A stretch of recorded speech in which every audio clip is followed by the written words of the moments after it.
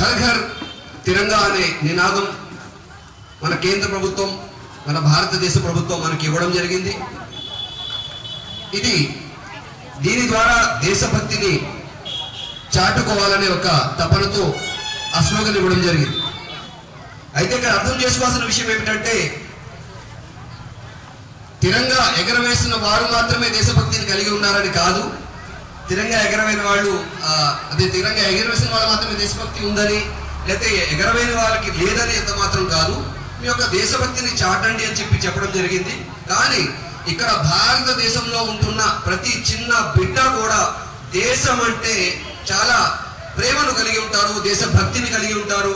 ఒక భారతదేశం అనగానే, ఇండియా అనగానే, భారతదేశం అనగానే ఒక రకమైన వారిలో దేశభక్తి అనేది ఉప్పొంగుతుంది. ఇది మనందరికీ తెలిసిన విషయం. చాలా ఎంతూజియాజంగా, చాలా ఆవేశంతో, ఉత్సుకతతో ప్రతి మన భారతీయ పౌరులు, రాబోయే తరానికి చెందిన యువకులు కూడా ఆనందోత్సాహాలతో యొక్క పండగ వాతాన్ని మనం జరుపుకుంటాం. స్వాతంత్ర దినోత్సవం అంటే చాలా ఆనందకరమైన, శుభప్రదమైన, సంతోషకరమైన సందర్భం ఇది. నాసినారా, మన దేశం గొప్ప ఆధ్యాత్మిక దేశం. ఇది ప్రపంచంలోనే అతిపెద్ద లౌకిక ప్రజాస్వామ్య దేశం. ప్రపంచ దేశాలు చాలా ఉన్నాయి, మతాలకు సంబంధించిన దేశాలు ఉన్నాయి, కొన్ని భాషలకు సంబంధించిన దేశాలు ఉన్నాయి, కొన్ని జాతులకు సంబంధించిన దేశాలే ఉన్నాయి. కానీ మన భారతదేశం ఆ ప్రపంచ దేశాలకు విభిన్నమైన దేశం. ఇక్కడ భిన్నత్వంలో ఏకత్వం అనే గొప్ప సంస్కృతి, గొప్ప సాంప్రదాయాన్ని మనం కొనసాగిస్తున్నాం.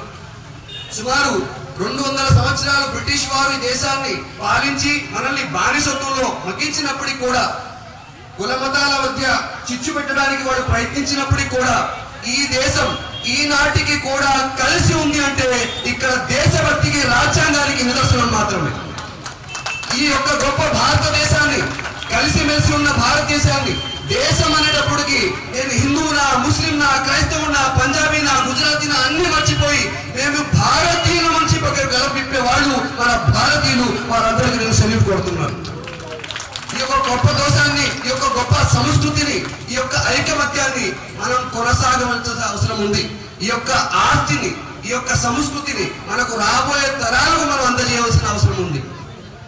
పిల్లలు వచ్చేదని చెప్తే, అమ్మ వాళ్ళు ఆకులమంట, ఆవరణమంట అంటే అతను మనిషా కాదా చూడు అని చెప్పండి. అతను భారతీయుడో కాదా అని చూడమని చెప్పండి. మనం ఇదే మన బిడ్డలకు నేర్పాల్సిన గొప్ప విషయం. మన పిల్లలకు బాక్సులు ఇస్తుంటాం, అందులో టిఫిన్ వేస్తాం, చక్కగా చెప్తాం, ఎవరికి ఇవ్వకు, శుభ్రంగా నువ్వే తినే, బాక్సులో మొహం పెట్టేసి నువ్వే తినే, ఎవరికి ఇవ్వద్దంటాం. ఇది దేశభక్తి కాదు. నీ పక్క వాడు ఏదైనా టిఫిన్ బాక్స్ తెచ్చుకోపోతే, స్నాక్ బాక్స్ తెచ్చుకోపోతే వాడికి ఇవ్వు, ఆడ కూడా మన భారతీయుడు అని చెప్పి ప్రతి తల్లి తన బిడ్డకు చెప్పాల్సిన అవసరం ఉంది. ఇది దేశభక్తి అంటే. ఇది మన పిల్లలకు మనం నూరిపోయాల్సిన అవసరం. విద్వేషాలు కాదు, ప్రేమను మన పిల్లలకు మనం నూరిపోయాలి. వారిని ఉత్తమమైన దేశ పౌరులుగా, ఉత్తమమైన ఇంజనీర్లుగా, ఉత్తమమైన డాక్టర్లుగా, ఉత్తమమైన రాజకీయవేత్తలుగా, మోసాలు చేసే, దగాలు చేసే, స్కామ్లు చేసే వ్యక్తులుగా కాదు, దేశం అంటే ప్రాణాలు ఇచ్చేస్తామన్న వారుగా వారిని తయారు చేయాలి. దేశభక్తి గురించి అందరూ మాట్లాడతారు. సాటి భారతీయుల దగ్గర కట్నం తీసుకొని ఎవడు పెళ్లి చేసుకోడు. దేశభక్తి గురించి అందరూ మాట్లాడతారు. సాటి భారతీయుల దగ్గర లంచం తీసుకుని ఎవడు పనిచేయడు. దేశభక్తి అంటారు, ఓట్ని అమ్ముకుంటారు. దేశభక్తి అంటారు, ఓట్లు కొనేస్తారు. రకరకాలుగా తీసుకుని దేశభక్తి అంటారు. వాసులారా, దేశభక్తి అంటే దేశాన్ని ప్రేమించడం. దేశాన్ని అంటే ప్రేమించడం అంటే దేశ ప్రజలను ప్రేమించడం. వాడు హిందువా, ముస్లిమా, ఎవడా అనేది మనకు అనవసరం. గురజాడ అప్పారావు గారు ఏమన్నారు? దేశం అంటే మట్టి కాదు, దేశం అంటే మనుషులే అన్నారు. ఎదుటి వాటిని మనిషి అని చెప్పి గుర్తించిన వాడే మనిషి, ఎదుటి వాడిని భారతీయుడిని గుర్తించిన వాడే నిజమైన భారతీయుడు. కాబట్టి మాసులారా, సుమారు 130 కోట్లకు పైగా మనం జనాభా కలిగి ఉన్నాం భారతదేశంలో. చాలా మంది ఎక్కువ, చైనా తర్వాత మనమే. చాలా పెద్ద దేశం అయినా కూడా ఈ భారతదేశంలో కేవలం జనాభా కాదు, అనేక మతాలు ఇక్కడ ఉన్నాయి, అయినా మనం కలిసే ఉన్నాం. అనేక కులాలు ఉన్నాయి, వర్గాలు ఉన్నాయి, మనం కలిసే ఉన్నాం. అనేక భాషలు ఉన్నాయి, మనం కలిసే ఉన్నాం. అనేక రాష్ట్రాలు ఉన్నాయి, జిల్లాలు ఉన్నాయి, ప్రాంతాలు ఉన్నాయి, అనేక సంస్కృతులు ఉన్నాయి. తినే ఆహార విషయం వేరే, మనం తొడిగే బట్ట విషయం వేరే, అన్ని రకాలుగా భేదభావాలు ఉన్నప్పుడు కూడా భారతీయత అనేటప్పటికీ, దేశభక్తి అనేటప్పటికీ మనం అంతా ఏకమవుతాం. మన సంస్కృతిని, మన మతాన్ని, మన విశ్వాసాలను గౌరవిస్తూనే దేశం విషయం వచ్చినప్పటికీ వాటిని పక్కన పెట్టి కలిగినటువంటి భారతీయులుగా మనం ముందుకు వస్తాం. ఇది మన దేశం, నా దేశం జోలికి వస్తే ఎవరిని మరి సహించేది లేదు అని చెప్పి ప్రతి భారతీయుడు కూడా చెప్పే సందేశం ఇది. ఇంకా గొప్ప విషయం ఏంటంటే ఈ యొక్క గొప్ప భారతదేశంలో ప్రతి 60 మైళ్ళకు ఒక సంస్కృతి మారిపోతుంది. ఇదంతా ఒకే సంస్కృతి అనుకుంటాం మనం. భిన్నత్వంలో ఏకత్వం మన గొప్ప సంస్కృతి, యూనివర్సల్ కల్చర్ అది. కానీ ప్రతి 60 మైళ్ళకు ఒక సంస్కృతి, సాంప్రదాయం, ఆచారాలు, మత విశ్వాసాలు అన్ని మారిపోతుంటాయి. అయినా కూడా ఈ భారతదేశం మరి వైశాల్యంలో అతిపెద్ద 7వ దేశం. ఇటువంటి గొప్ప దేశంలో కూడా మనం అంతా కలిసి ఉంటున్నాం. ఎవరు మనల్ని విడదీయడానికి సాహసించలేరు. ఆ విషయంలో కూడా వాళ్ళు వైఫల్యం చెందుతారు. అలాగే ఈ యొక్క భారతదేశ స్వాతంత్రాన్ని మనమంతా కలిసే సాధించుకున్నాం. ఈ గొప్ప మహావృక్షాన్ని మనమే విత్తనాలు నాటి నీటిని పోసి దానికి కావాల్సిన అన్ని రకాల సంరక్షణ దానికి అందజేసి ఈ యొక్క భారతదేశాన్ని మనం ఇంత గొప్ప మహావృక్షంగా తయారు చేసుకున్నాం. ఇవాళ దాని ఫలాలు తీసుకునే హక్కు కూడా ప్రతి ఒక్కరికి ఉంది. ఆనాడు కుల మతాలకు అతీతంగా ఈ దేశం కోసం మనం పోరాడాం. మరి సుమారు 75 సంవత్సరాల స్వాతంత్రాన్ని మనం సాధించుకున్న తర్వాత ఈ యొక్క దేశం అభివృద్ధి కోసం కూడా మనం పాటుపడ్డాం. అందరూ కలిసి గొప్ప స్థానం, ప్రపంచంలోనే భారతదేశాన్ని గొప్ప స్థానంలోకి తీసుకొచ్చాం. ఎవరో అంటారు వాళ్ళ రాజకీయ లబ్ధి కోసం దేశం ఏదో మొన్నటి నుంచి అభివృద్ధి చెందినట్టు, మొన్నటి నుంచే మనకు సంస్కృతి అంటే ఏదో తెలిసినట్టు, మొన్నటి నుంచే మనం ఏదో దేశభక్తి మనం ఉప్పొంగినట్టు, మొన్నటి నుంచే మనం మనుషులుగా జీవిస్తున్నట్టు, మొన్నటి నుంచే మనం తింటున్నట్టు, మొన్నటి నుంచే భారతదేశం అంటే ప్రపంచానికి తెలిసినట్టు మాట్లాడతారు. కానీ ఈ యొక్క భారతదేశం ఎన్నో వేల సంవత్సరాల నుంచి ప్రపంచానికి తెలిసిన గొప్ప భారతదేశం. ఆ భారతదేశంలో మనం పుట్టడం నిజంగా గర్వదాయకమైన విషయం. ఈ రుణాన్ని మనం చెల్లించుకోలేము. ఆ దైవానికి కోటాను కోట్ల కృతజ్ఞతలు తెలియజేసుకోవాలి. గొప్ప అన్ని దేశాలు ఉన్నప్పుడు కూడా భారతదేశంలో భారతీయుడిగా నన్ను పుట్టించినందుకు ఓ దైవమా, ఓ సృష్టికర్త, నేను నీకు కృతజ్ఞత తెలియజేసుకుంటానని చెప్పి ఉదయాంతరాల ద్వారా అతనికి కృతజ్ఞత తెలియజేయాలి. రాసులారా, మనం ఎన్ని వ్యత్యాసాలు ఉన్నా కూడా మనం ఐక్యంగా కలిసి ఉంటున్నామంటే మనలో ఉన్న దేశభక్తి, ఆ దేశభక్తి మనలో ఉత్తేజపరిచి మనందరినీ సమానంగా చూసే ఒక గొప్ప పుస్తకం మన దగ్గర ఉంది.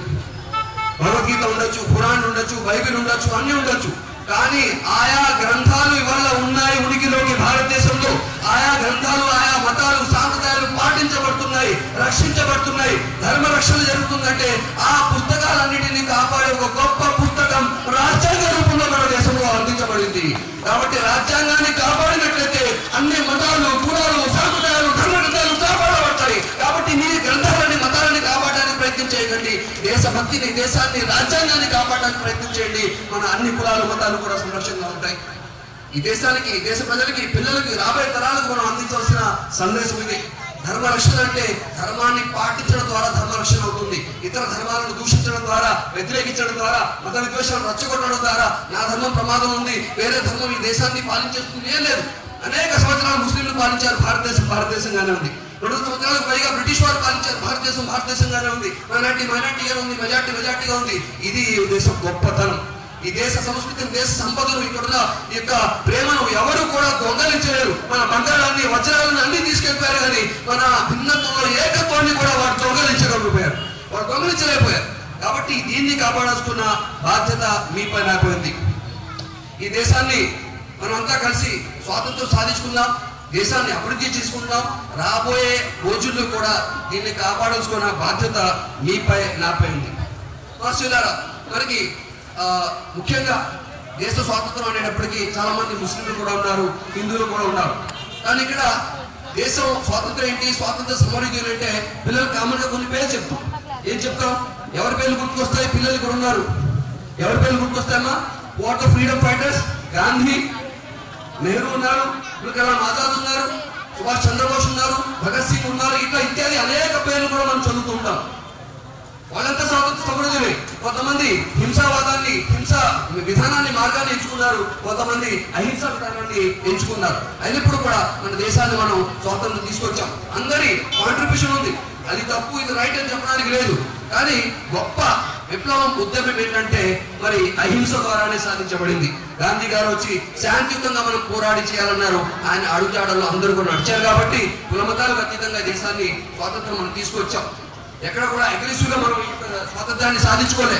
ప్రేమతోనే, మన యొక్క త్యాగంతోనే, మన యొక్క చిత్తశుద్ధితోనే, పట్టుదలతోనే దేశాన్ని మనం స్వాతంత్రం తీసుకొచ్చాం. మాసులారా.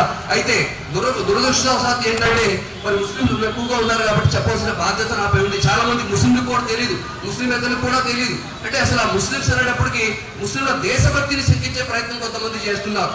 ముస్లింలు దేశ ద్రోహులుగా చిత్రీకరించే పని కొంతమంది చేస్తున్నారు. ముస్లింలు అంటేనే తీవ్రవాదులు, వీళ్ళు పాకిస్తాన్కి పోండి లేదా అక్కడికి పోండి అని కొంతమంది సంఘ విద్రోహ శక్తులు చెప్తున్నారు తప్ప ముస్లిం పక్కన నివసించే మాత్రం అక్క బావ మావయ్య ఎలా ఉన్నామని చెప్పి ఒకళ్ళొకళ్ళు పలకరించే సంస్కృతిని భారతదేశం కలిగి ఉంది. చక్కగా వాళ్ళ పిల్లలు వీళ్ళు వెళ్తారు, వీళ్ళ పిల్లలు వాళ్ళు వెళ్తారు, వాళ్ళ పండుగలు వీళ్ళు విష్ చేస్తారు, వాళ్ళ పండుగలు వీళ్ళు వస్తారు. అందరూ చక్కగా కలిసిమెలిసి ఉంటారు. వాళ్ళు ఏంటో ఒకరినొకరు తెలుసుకుంటారు, వాళ్ళ యొక్క విశ్వాసాలను వాళ్ళు పరిచయం చేసుకుంటారు, షేర్ చేసుకుంటారు. కాబట్టి అసలు ఏ ధర్మం ఏం చెప్తుంది అంటే ప్రతి ధర్మం కూడా ఒకటే చెప్తుంది. దేవుడు ఒకటే ఏం చెప్తుంది, అందరూ సమానమే చెప్తుంది. ఎవరు గొప్ప కాదు తక్కువ కాదు. మీరు ఎవరైతే ఉన్నత వ్యక్తిత్వాన్ని కలిగి ఉన్నారో వాళ్ళే గొప్పవారు తప్ప ఆయన పలానా కులంలో పుట్టారు కాబట్టి మతంలో పుట్టారు కాబట్టి గొప్ప అని చెప్పి ఏ ధర్మం కూడా చెప్పదు. ఆ ధర్మాన్ని మనం చదవట్లేదు. ధర్మాన్ని కొన్ని సాంప్రదాయాలకు కట్టుబాట్ల వరకు వేషధారం వరకు ఆపేసాము. కానీ ధర్మం యొక్క అవగాహన మనం ఉండాలి. ధార్మిక గ్రంథాలు ఏం చెప్తున్నాయి, లోతుల్లోకి వెళ్ళాలి. అవన్నీ కూడా ఒకటే చెప్తున్నాయి. అవన్నీ చదువుకోకుండా మనం ఏంటంటే ఆ లోతుల్లోకి వెళ్ళకుండా అంత టైం ఏముంది అని చెప్పి కొంతమంది చెప్పిన విషయాలను మనం ధర్మంగా భావిస్తున్నాం. అది సరైన విషయం కాదు.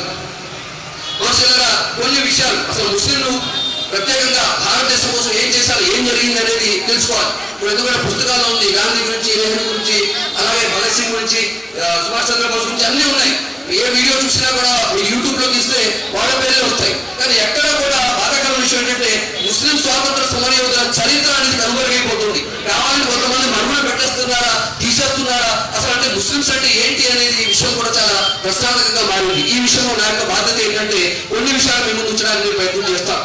చరిత్ర చూసినట్లయితే గాంధీ నెహ్రూలకు ముందే ముస్లిం రాజులు ఎవరైతే దేశాన్ని పరిపాలించారో వారు బ్రిటిష్ వారికి మొట్టమొదటిగా వారికి వ్యతిరేకంగా యుద్ధం చేశారు. ఇది ఇక్కడ మన చరిత్ర. అలాగే అంగ్రేజ్ భారత్ చోడో నినాదాన్ని ముస్లింలే ఇచ్చారు. ముంబైకి చెందిన యూసుఫ్ మెహరాని 1942లోనే ఈ నినాదం ఇచ్చారు. భారత్ చోడో అని ఎవరికి ఇచ్చారు?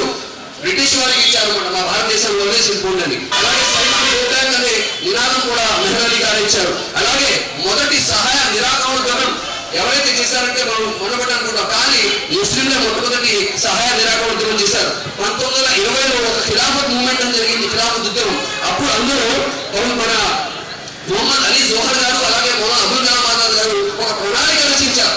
బ్రిటిష్ వారి యొక్క సరుకులను, వస్తువులను మనం బహిష్కరించాలి. ఎలా బహిష్కరించాలనే ఒక రూట్ మ్యాప్ ని 1920 సంవత్సరంలోనే ఆ ఇద్దరు ముస్లింలు కలిసి అక్కడ నిర్ణయించడం జరిగింది. అలాగే ముస్లింకి ఒక షుగర్ ఫ్యాక్టరీ ఉండేదండి, హాజీ సబూ సిద్దిక్ అని షుగర్ ఫ్యాక్టరీ.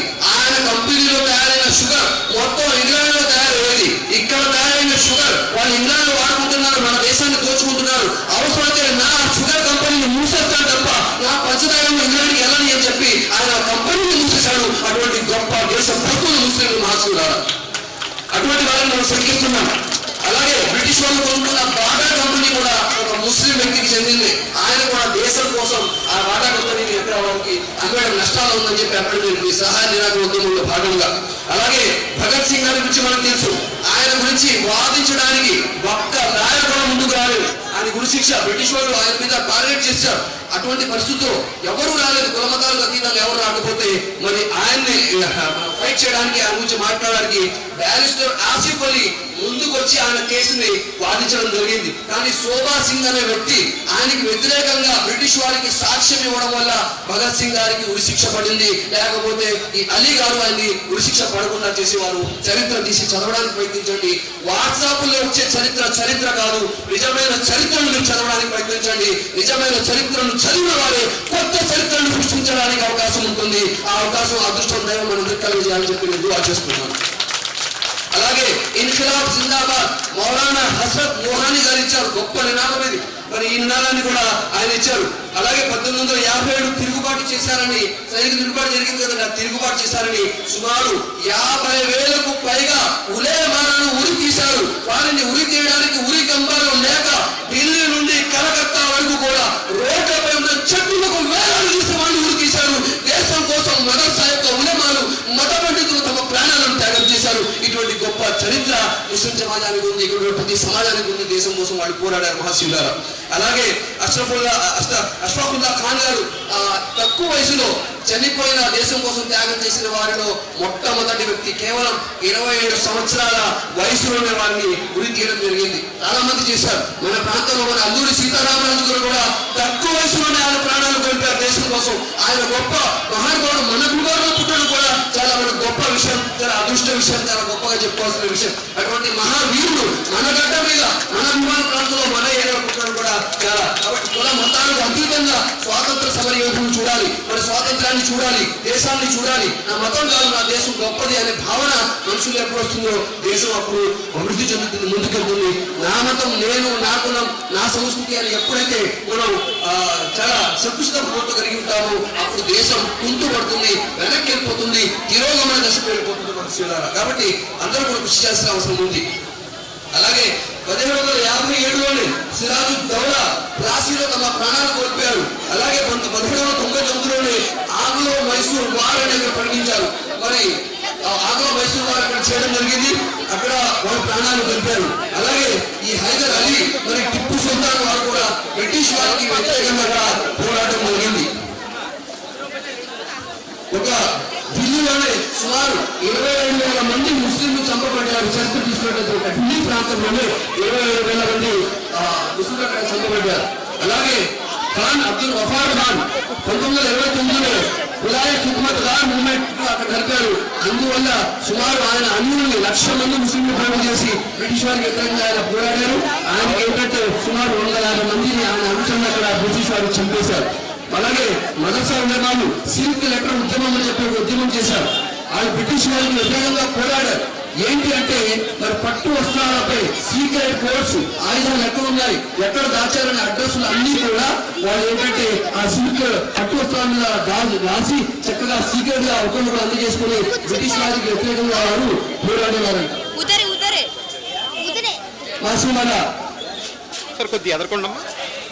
జనవరి 11, 2013లో భారతదేశం దాన్ని గుర్తించి మరి సిల్క్ లెటర్ ఉద్యమం కోసం ఒక పోస్టల్ స్టాంపును కూడా అక్కడ తయారు చేయడం జరిగింది. అష్ఫాకుల్లా ఖాన్ స్త్రీలలో బేగం హజరత్ మహల్, ఆబాదీ మానవ బేగం, అలాగే మౌలవి అహ్మదుల్లా ఫైజాబాదీ, ఖాన్ అబ్దుల్ గఫార్ ఖాన్, ఇంకా ఎన్నో మన పేర్లు తీసుకోవాలంటే ముస్లిం స్వాతంత్ర సమరయోధులు దేశం కోసం వాళ్ళు ప్రాణాలు వదిలారు. మాదరే వతన్ భారత్ కి జై అజీముల్లా ఖాన్ గారు నినాదం ఇచ్చారు. భారత్ చోడో క్విట్ ఇండియా మరి యూసుఫ్ మెహ్రాని ఇచ్చారు. ఇన్కిలాబ్ జిందాబాద్ మోహాని ఇచ్చారు. మరి సర్వభరోసీకి తమన్నా అబ్ హమారే దిల్ మే హై అనే విషయాన్ని కూడా మరి బిస్మిల్ అజీమాబాదీ వారు రాశారు. సారే జహా సే అచ్చా హిందూస్థా హమారా అల్లామా ఇక్బాల్ వారు రాసిన, ఆయన కూడా ఒక ముస్లిమే. మరి అలాగే నేషనల్ ఫల్ పింగళి వెంకయ్య గారు మనకు గుర్తొస్తారు. కానీ యొక్క జాతీయ పతాక రూపకల్పనలో మరి సురయ్య తయ్యంకి అనే ఒక స్త్రీ ప్రాధాన్యత కూడా ఉంది. ఆవిడ పాత్ర కూడా ఉందని చాలా తక్కువ మందికి తెలుసు. కాబట్టి భారతీయులు కానీ స్వాతంత్ర సమరయోధులు కానీ కుల మతాలకు అతీతంగా వాళ్ళని మనం గౌరవించుకోవాలి, వాళ్ళని స్మరించుకోవాలి, వాళ్ళ త్యాగానికి మనం అండపుచ్చుకొని ఈ యొక్క దేశాన్ని ముందడుగు తీసుకెళ్లాలి. దేశం కోసం మనం అంతా కలిసి పోరాటానికి ప్రయత్నం చేయాలి. అభివృద్ధి కోసం మన యొక్క కృషిని మనం చేయాలి.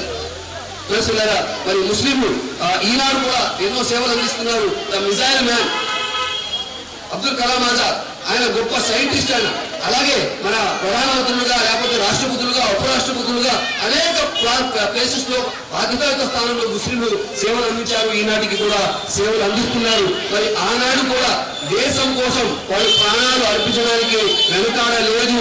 ఎందుకంటే మహాప్రవక్త, అంతిమ దైవ ప్రవక్త మరి ముస్లింలకు ఇచ్చిన సందేశం ఏమిటంటే, మీరు ఏ దేశంలో అయితే నివసిస్తారో, ఏ దేశంలో అయితే పుడతారో ఆ దేశాన్ని ప్రేమించడం మీపై విధి, ఆ దేశాన్ని మీరు ప్రేమించండి అని ప్రవక్త ముహమ్మద్ సల్లల్లాహు అలైహి వసల్లం. మరి అందుకోసం కూడా దేశం కోసం కూడా ఈ దేశాన్ని ముస్లింలు ప్రేమిస్తారు, దేశభక్తిని కలిగి ఉంటారు. ఈయన దేశభక్తిని శంకించే ప్రశ్నే లేదు. ఈ మట్టిలోనే, భారతదేశంలో ఈ మట్టిలోనే ఒక ముస్లిం పుడతాడు. చనిపోయిన తర్వాత కూడా ఈ మాతృభూమిలో మట్టిలోనే అతన్ని పూడ్చిపెట్టడం జరుగుతుంది. ఎక్కడికి కూడా వెళ్ళడానికి అవకాశం లేదు మహారాజా. కాబట్టి ఇక్కడ పుట్టి ఇక్కడ చనిపోవడానికి తపన కలిగి ఉండడం గొప్ప విషయంగా భావించడం అనేది ముస్లింలు గుర్తు చేసుకున్నారు. కాబట్టి ఈ కొన్ని విషయాలు చాలా విషయాలు సమయం లేదు కాబట్టి కొన్ని విషయాలు ముందు ఉంచాను. కాబట్టి ముస్లింల స్వాతంత్ర సమరయోధుల గురించి చెప్పడం అంటే హిందూ స్వాతంత్ర సమరయోధులు లేరని కానీ, లేకపోతే ఇంకో క్రైస్తవులు లేరని కాదు, సిక్కులు లేరని కాదు, జైనులు లేరని కాదు.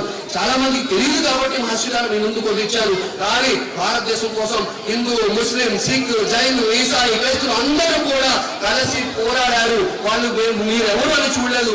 ఎదుటి వాడు భారతీయుడు, నేను భారతీయుడే, మన ఇద్దరి యొక్క మన ఐక్య శత్రువు ఎవరు అంటే మన దేశాన్ని దోచుకునేవాడు. కాబట్టి మనం అంతా కలిసి పోరాడాలని ఇక్కడ చేశారు. కానీ ఇవాళ దురదృష్టవశాత్తు ఏం చేస్తున్నారంటే మరి ముస్లింలు హిందువులకు ప్రమాదం అని, హిందువులంటే ముస్లింలకు ప్రమాదం అని ఈ దేశాన్ని దోచుకుంటూ దేశ సంపదను అమ్మేస్తూ మరి ఏదైనా అంటే దేశభక్తిని ఆ జెండాను మన చేతిలో పెట్టేస్తున్నారు. వాళ్ళు చేసే అరాచకాలకు పాపాలకు జాతీయ జెండాని కప్పేస్తున్నారు. గుర్తుంచుకోండి, దుర్వాసన మీద వెల్వెట్ క్లాత్ అక్కడ పెట్టేసినా కూడా దుర్వాసన బయటికి వచ్చే తీరుతుంది. వాళ్ళ పాపాలు బయట పడే తీరుతాయి, పండి తీరుతాయి. దేశాన్ని దోచుకునే వాళ్ళు, దేశాన్ని అమ్మి పెట్టేవాళ్ళు త్వరలోనే బయటపడతారు. ఈ ప్రజలు వారికి సరైన బుద్ధి చెప్తారని నేను ఆశిస్తున్నాను. కానీ మొట్టమొదటిగా దానికోసం మనం ఐక్యంగా కలిసి ఉండాల్సిన పోరాడాల్సిన అవసరం ఉంది. మనసులారా వాళ్ళు చాలా చిక్కు పెడుతున్నారు. మీ దగ్గరికి వచ్చి వాళ్ళ గురించి చెప్తారు, వాళ్ళ దగ్గరికి వెళ్ళి మీ గురించి చెప్తారు. ఒక చిన్న కథ చెప్తారు, వినడానికి ప్రయత్నించండి. ఇద్దరు అన్నదమ్ములు చాలా ప్రేమగా ఉంటారు, కష్టాల్లో ఉన్నారు. ఆ ఊర్లో పంట పండట్లేదు. ఏదో చేసి మనం ఏంటంటే ఇంకో పట్టణానికి వెళ్ళి అక్కడ వ్యాపారం చేసుకుందామని చెప్పి ఈ అన్నదమ్ములు బయలుదేరారు. దారిలో వెళ్తుంటే అక్కడ వై జంక్షన్ వస్తుంది. ఒక ముసలాయన నడుచుకుంటూ వస్తుంటాడు, చాలా తెలివైన వ్యక్తి. మీరు ఎటెళ్తున్నారు, ఇటెళ్తుంటారు, ఇక్కడ వెళ్ళొద్దు అని చెప్పి చెప్తారు. ఈ మార్గాన్ని వెళ్ళండి అంటే ఎందుకు అంటే ఆ మార్గంలో ఎందుకు వెళ్ళదంటే అక్కడ చెట్టు ఉంది, చెట్టు కింద పెద్ద సంపద ఉంది, ధనాగారం ఉంది, వజ్ర వైడూర్యాలు ఉన్నాయి, అక్కడికి వెళ్ళకండి అని చెప్పి చెప్తాడు. అక్కడ ప్రాణహాని ఉందని చెప్తారు. సరే మనుషులంతా ఉత్తుతుంది కదా, ఉత్తుత అవుతుంది. ఆయన అంటే ఏంటి, మనం అదే మార్గంలో వెళ్తామని చెప్పి వీళ్ళు ధైర్యంగా మార్గంలో వెళ్తారు. ఆ చెట్టు కనబడుతుంది, చెట్టు కింద చాలా మెత్తగా కనబడుతుంటే మట్టి, దాన్ని తవ్వితే నిజంగా వజ్ర వైడూర్యాలు వస్తాయి. ఆ ముసలివాడు తవ్వుకోలేక ఇద్దరిని వాడుకున్నాడు. వచ్చిన తర్వాత ఆ సంపదంతా బయటకు తీస్తాడు. తీసిన తర్వాత వాళ్ళు వచ్చి ఒక్కొక్కడిని పక్కకు తీసి చెప్తారనమాట. ఇది పెద్ద డిస్కస్ చేసుకుంటారు. ఈ సంపాదన వజ్రవైద్యాన్ని వచ్చేసింది కదా, ఇంటికి ఎలా తీసుకెళ్దాం అని అలా ఆలోచించుకుంటారు. అప్పుడు ఏమంటాడంటే ఆ అన్నయ్య తమ్ముడితో అంటాడు, తమ్ముడు నువ్వు ఇంటికి వెళ్ళి మన ఎడ్ల బండి ఉంది కదా అది వేసుకురా, వేసుకొస్తే ఈ సంపద అంతా దాని మీద వేసుకుని మనం ఇంటికి వెళ్దామని చెప్పి చెప్తాడు. సరే అన్నయ్య అని చెప్పి ఆ తమ్ముడు బయలుదేరుతాడు. ఆ ధన సంపదను కాపాడుకుంటూ అన్నయ్య కూర్చుంటాడు. ఇంతలో దుష్టుడు వస్తాడు, దుష్ట శక్తి వస్తుంది, మత రాజకీయం వస్తుంది. వచ్చి చెప్తాడు, అరే ఇద్దరు కష్టపడి తీశారు, వాడికి ఇవ్వాల్సిన అవసరం ఏముంది, అంతా నువ్వే తీసేసుకోవచ్చు కదా ఈ సంపద అంతా. ఒక పంచే, వాడు నీ కోసం ఎడ్ల బండి తీసుకురావడానికి వచ్చాడు కదా, వాడికి చెప్పు వచ్చేటప్పుడు కాస్త అన్నం కూడా తెచ్చుకోమని చెప్పు. శుభ్రంగా అన్నం తీసిన తర్వాత ఆ అన్నం వడ్డిస్తుంటాడు కదా, కత్తితో వాడు ఆ మెడ తెగనరికి వాడు చనిపోతే సంపద అంతా నీదే అంటాడు. ఇదేదో బాగానే ఉంది కదా అని దృష్టి ఐడియా దగ్గరికి వస్తుంది. నా తమ్ముడు చెప్పేస్తే ఆస్తంతా నాదే అనుకుంటాడు. అలాగే ఆ తమ్ముడు దగ్గర మళ్ళీ దారి వెళ్ళిపోతాడు. మీ అన్నయ్య అంతా తీసేసుకుందాం అనుకుంటాడు, నువ్వు తీసేసుకో. ఓ పంచే అన్నం తెమ్మన్నాడు కదా మీ అన్నయ్య, ఆ అన్నంలో కాస్త విషం కలిపే, మీ అన్నయ్య చనిపోతాడు, ఆస్తంతా నీదే అయిపోతుంది. తమ్ముడు రెచ్చగొట్టాడు, అన్నయ్య రెచ్చగొట్టాడు, తమ్ముడు రెచ్చగొట్టాడు. మీరు వెళ్ళి శుభ్రంగా అన్నం వడ్డించి వచ్చి అన్నయ్య ప్లేట్లో అన్నం వడ్డిస్తున్నాడు, శుభ్రంగా తినమని వంగాడు. తల నరికి ఆ తమ్ముడిని అన్నయ్య చెప్పేశాడు. తర్వాత శుభ్రంగా ఆస్తంతా నాదే అనుకోని అన్నం తిని బతుకుదాం, ఏం చేద్దాం, ఎంజాయ్ చేద్దాం అనుకున్నాడు. అన్నం తినగానే అన్నంలో విషం ఉంది, వాడు చనిపోయాడు. అన్నయ్య తమ్ముడు ఇద్దరు చనిపోయారు. ఆ దుష్ట శక్తి వచ్చి మత రాజకీయం వచ్చి ఆ సంపదను ఎత్తుకుపోయింది. మాఫీలరా హిందూ ముస్లిం రాజకీయం ఇదే చేస్తున్నారు. మనమంతా జాగృతం అవ్వాలి, మనమంతా ఐక్యంగా పోరాడాలి. ఏనాడైతే ఏ స్ఫూర్తితో ఏ దేశభక్తితో బ్రిటిష్ వాళ్ళతో పోరాడామో ఈనాడు కూడా మత రాజకీయం చేసే వాళ్ళతో కూడా మనం పోరాడాల్సిన సందేశాన్ని మీ అందరికీ అందజేస్తూ సమయం తక్కువ ముందుగా సెలవు తీసుకుంటాను. మనందరికీ మరొకసారి 76వ స్వాతంత్ర దినోత్సవ శుభాకాంక్షలు తెలియజేస్తూ మరి యొక్క ఏదైతే భిన్నతలో ఐక్యమత్యం ఉందో ఈ బలం కొనసాగాలని, మన సంస్కృతి, మన యొక్క ప్రేమ, మన యొక్క ఆప్యాయత కొనసాగాలని చెప్పి ఆ విధంగా మీకు నాకు సద్బుద్ధి ప్రసాదించాలని తెలియజేస్తూ సెలవు తీసుకుంటున్నాను.